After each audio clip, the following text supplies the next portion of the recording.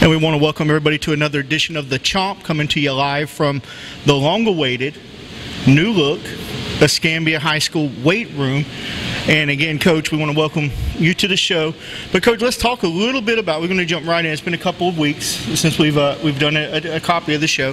But let's talk about the weight room and all of the things that's going on at Escambia right now. Well, we're very excited, Paul. And when I first got the job, you can see that, unfortunately, a lot of things have been overlooked. You know, when I first got the job, we didn't even have regulation footballs in the equipment room.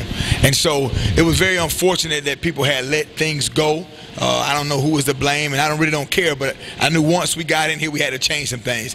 The first thing I wanted to change is the weight room, and before we were here for a complete year, we got a new weight room. People have said the weight room have never looked this nice. We got 10 new racks with our logos on the platforms and the benches, nice soft leather to lift on. We have adequate weights for each station. And also, as you know, we're getting a $250,000 upgrade to our locker room. It's going to be paid for by the school board, and we have some people in the community to donate televisions for use, flat screen TVs and things of that nature. So we're really excited here at Escambia. The kids are excited. It's better for us to have a better workout, to be more expedient in the weight room. Our kids are having great gains, and we're working hard just like everybody else, but it's good to have a nice, clean, safe environment to work in. And it's going really good. We're really excited. Well, Coach, let me ask you, when you look around the city of Pensacola and the area high schools around, all of them have made great strides in their facilities. And Escambia has kind of been one of those that's kind of lagged behind. How will these new improvements, the new weight room, the new locker room, I got to say, even the field looks really good. It's coming along nicely. How's that going to help you when it comes ready to go out and get that kid who may be thinking about going to a West Florida or maybe a Catholic who's on that fence, for you to bring them in and say, guys, this is what we can offer you? Right. That's a great point. And unfortunately, that happens. But also, fortunately, it happens where kids go to different schools for whatever reasons. We have a lot of great things here academically for our kids to choose from. But what we want to do is we want to have at least adequate facilities where our weight room is comparable to anybody in the county. Our locker room is comparable, not just for those kids who are on the borderline, but for our kids. We want our kids to enjoy nice things. And I'm going to be honest with you, and I'm just bragging on our staff. We have a great group of men that love the Lord and love kids, that pick kids up, that help kids out financially with tutoring, whatever they need, you know. And we have a lot of hard workers, you know, on our staff. And so that right there is a huge thing that I don't know if everybody has or not, and I'm really only concerned with Escambia.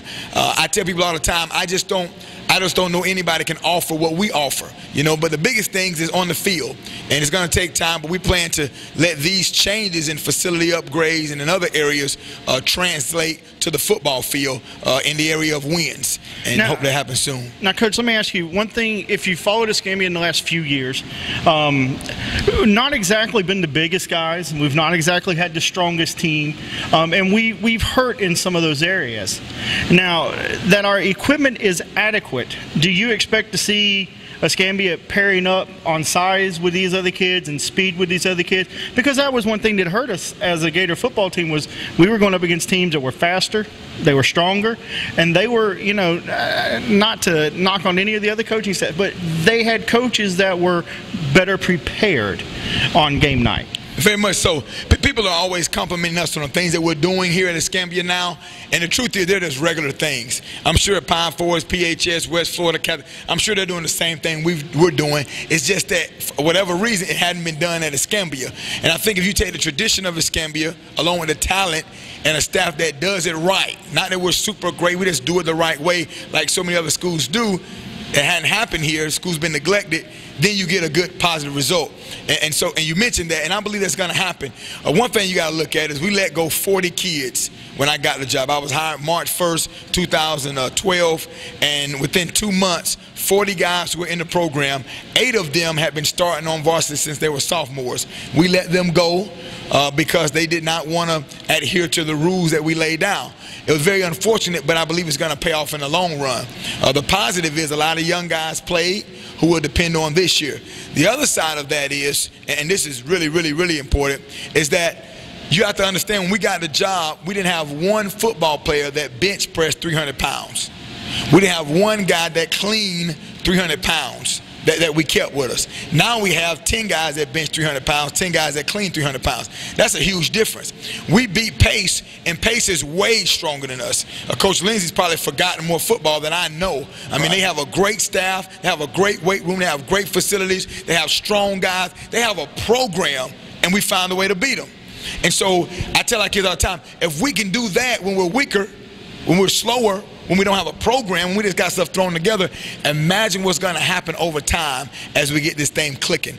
And with such a supportive administration like we have, the sky's the limit here at Escambia. Well, Coach, you mentioned overtime, and we are in April. We're getting into spring practice. We have the spring jamboree coming up. We've been doing some conditioning drills, and one thing that I have noticed is the heart that's in most of these young men. Some of them are awkward, you know, they're not there yet, but the heart is there, the desire's there, the I don't want to quit is there, and that's something that can carry you as a coach higher than most skill and most speed will ever do. Because if you don't quit on the play, you're going to win the play. That's right. That's right. And that's a great point. I was just talking to one of our administrators, Miss Adams. Since I've gotten here, we've had one varsity player in the dean's office. Two varsity players in the dean. That's great. That says a lot about the character of your guys. People often ask me about, is it hard working at Escambia? Aren't those kids so bad, so misbehaved? I haven't seen one fight. I've been here in over a year. You know, we have very mannerable kids. You've been around our kids. Yeah. They're yes sir, no sir type kids. They pull their pants up. What we don't have, and this is no knock against our kids, we don't have the athletes that PHS has. If you look at their district, the athletes in the areas, they have better athletes. Pound Forest, they have better athletes.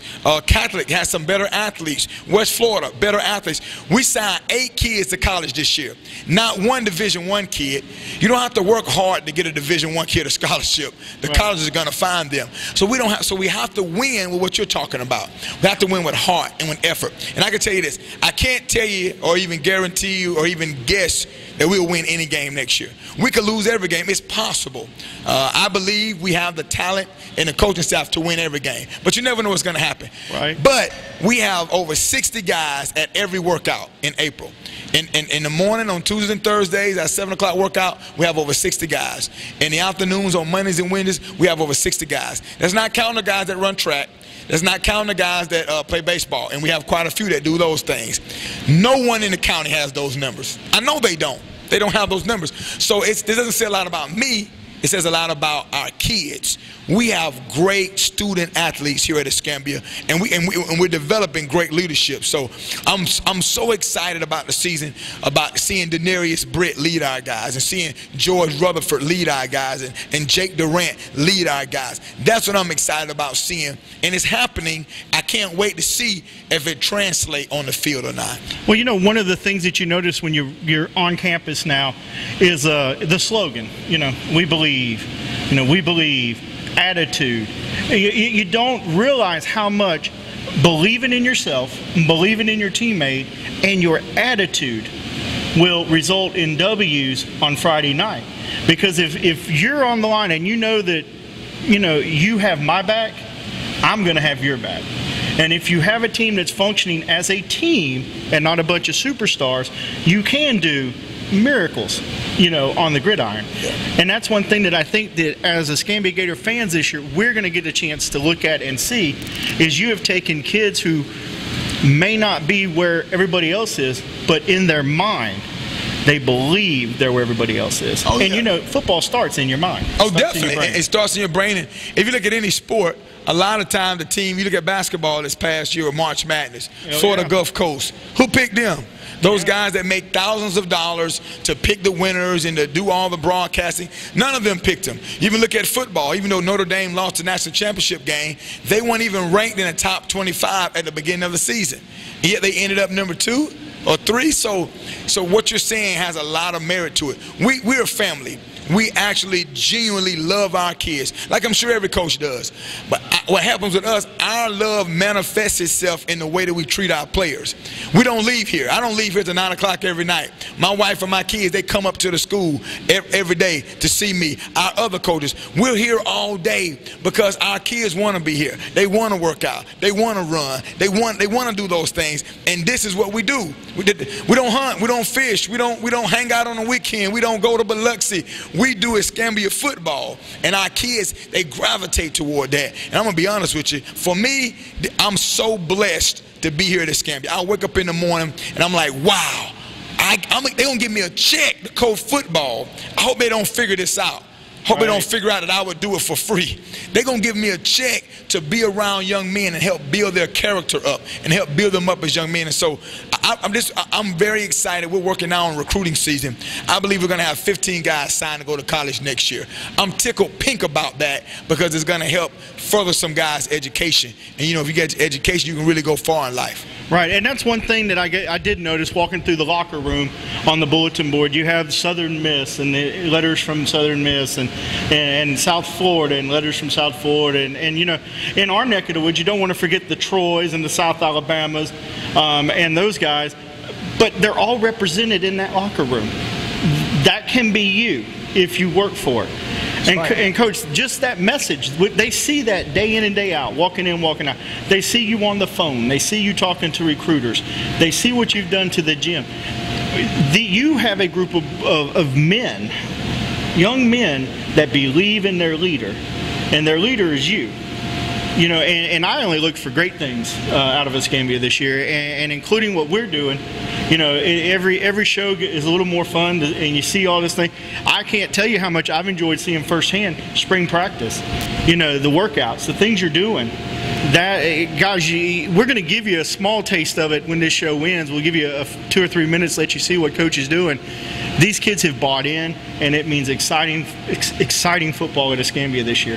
Well, I'm going to tell you what makes me feel good. I got a call from a guy that played here a while back, and he just said, Coach, thank you for what you guys are doing at my school. And you went to Escambia. And so what we want to do, we want the people who went here to be proud of what we're doing. You know, and for me, that's very exciting. To have someone who bleeds orange and blue say, thank you so much for just trying. Not worry about wins and losses. Just trying. Just putting forth a good product.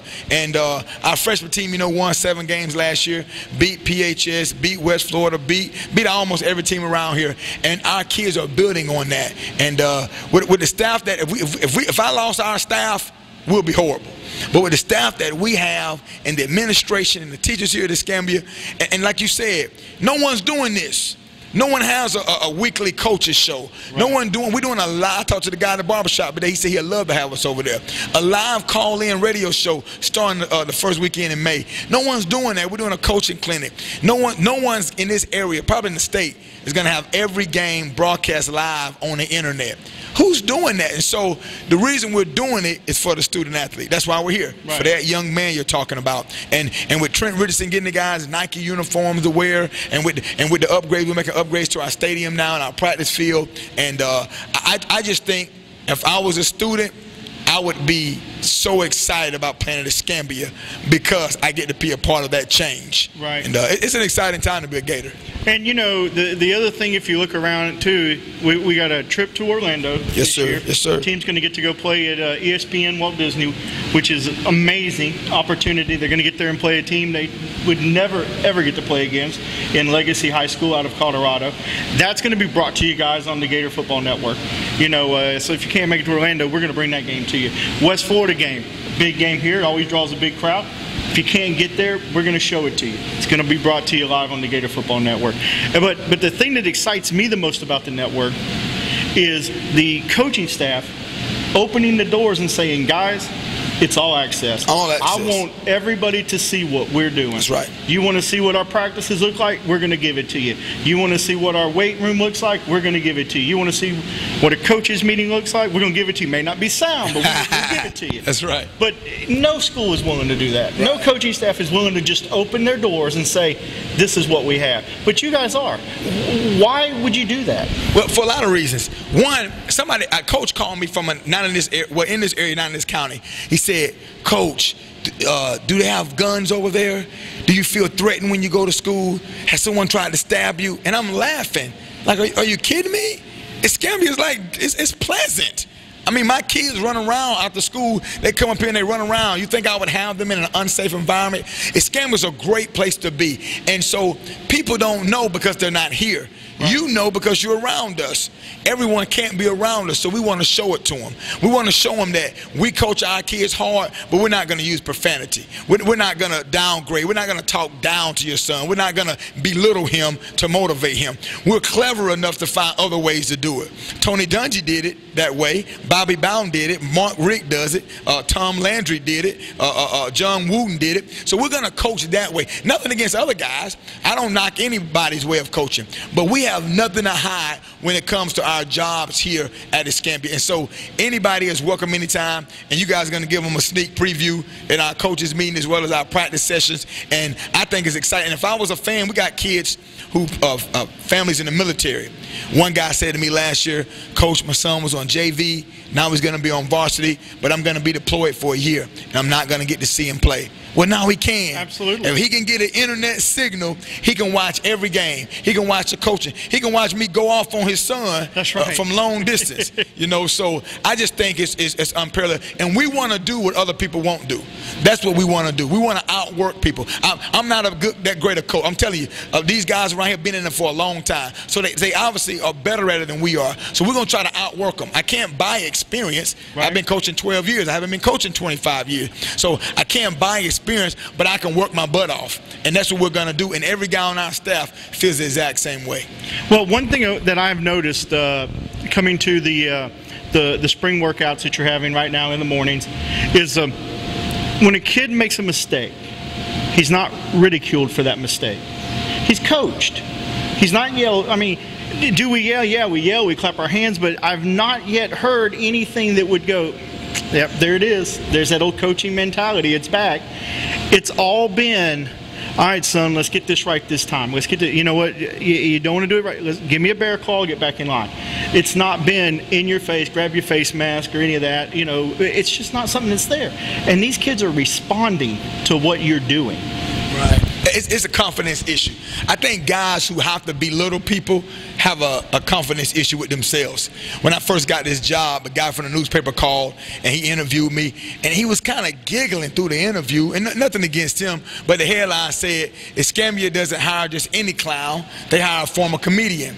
And what this guy didn't know is that I've met Bobby Bowden and talked to Bobby Bowden several times, just like I'm talking to you. Right. He's an all-time winningest coach in NCAA history.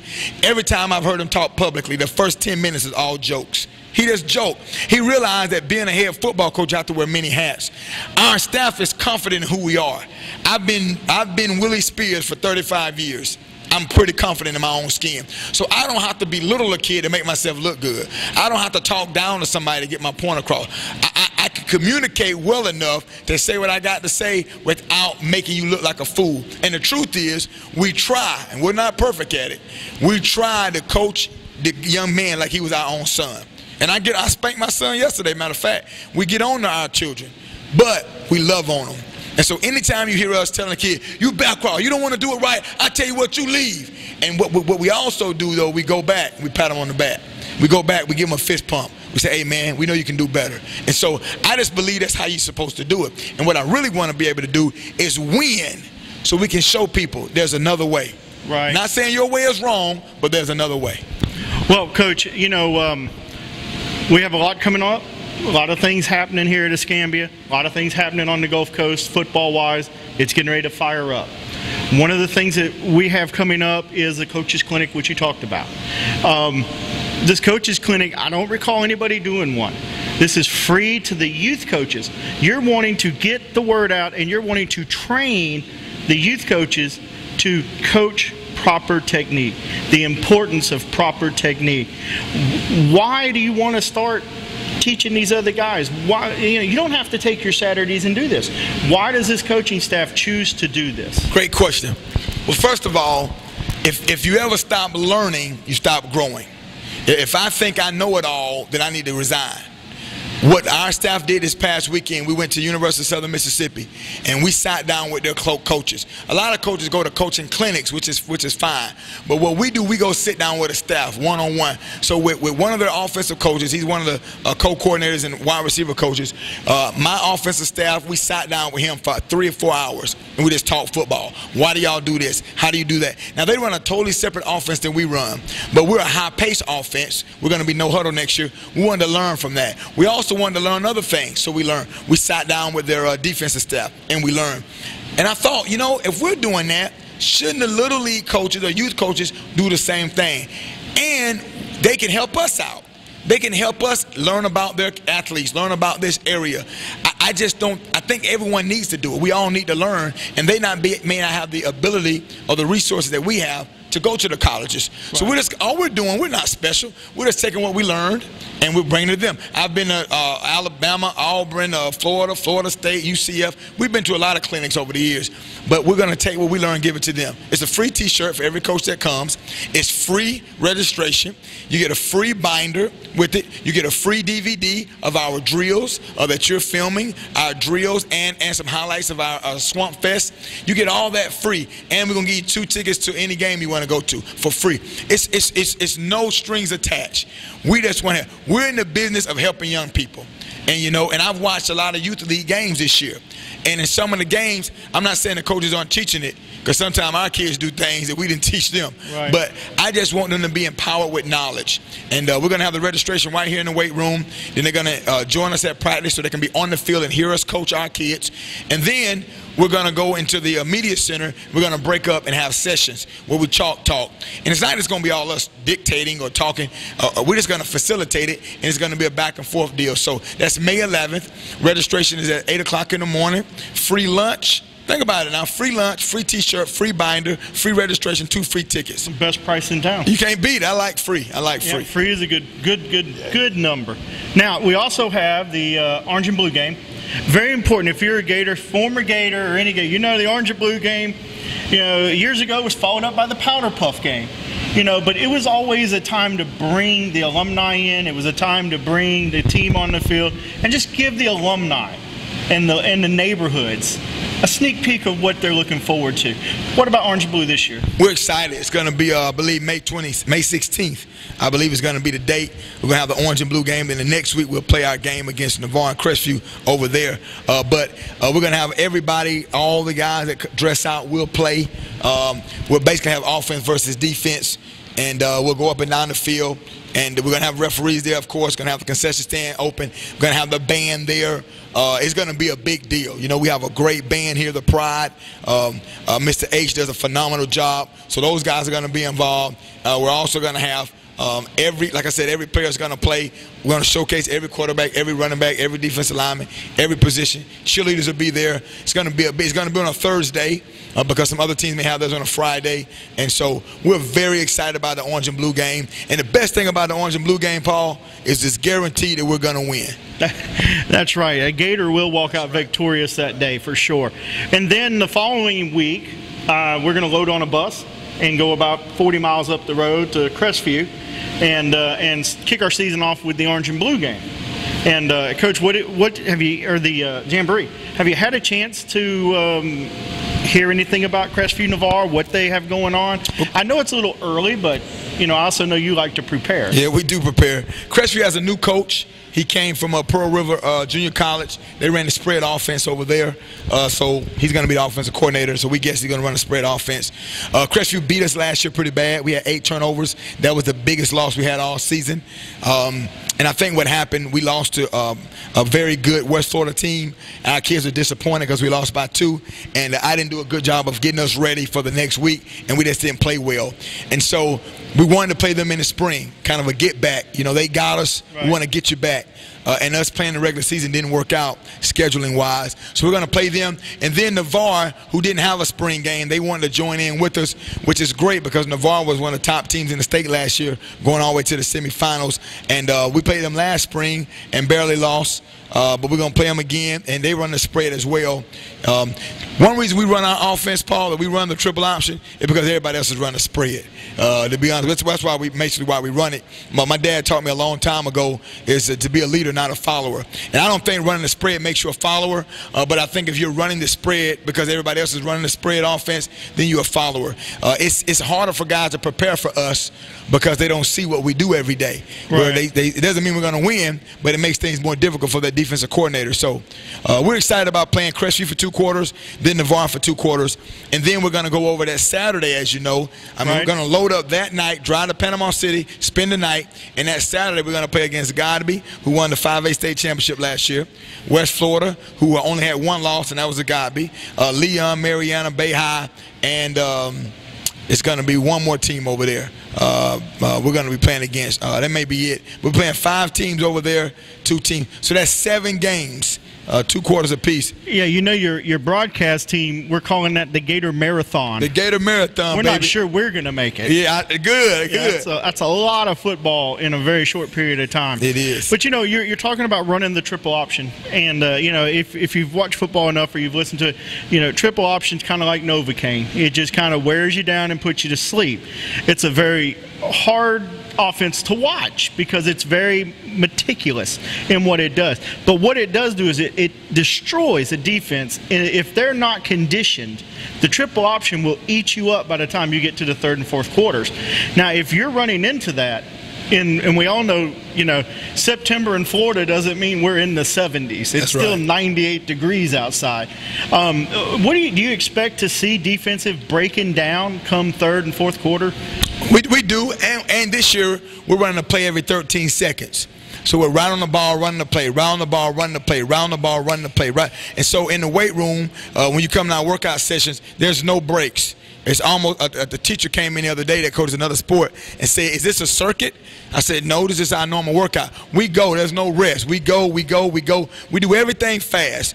Everything fast because it's easy to slow down once you go fast. It's very difficult to go slow and then try to speed up. So we believe they're going to wear down, and we believe the reason why is because this is going to be normal for us. Fast pace is going to be normal. If we can protect the football, I think we'll be fine. We're looking at putting a running back at quarterback this year. That's going to help us tremendously and have him be a run threat.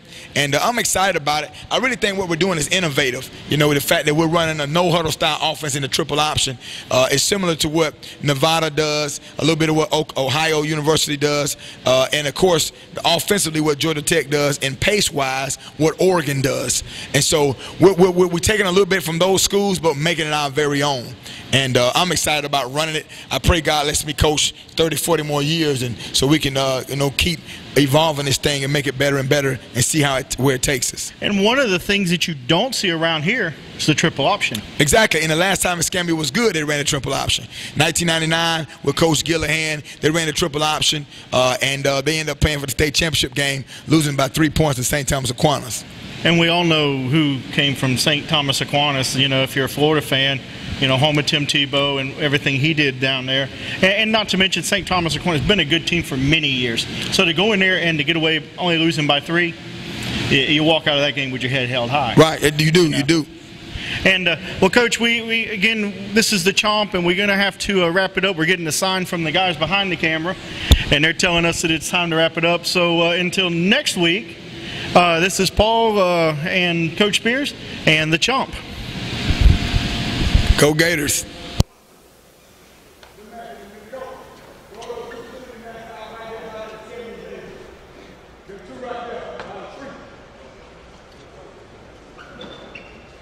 Here we go. We're going just a half court.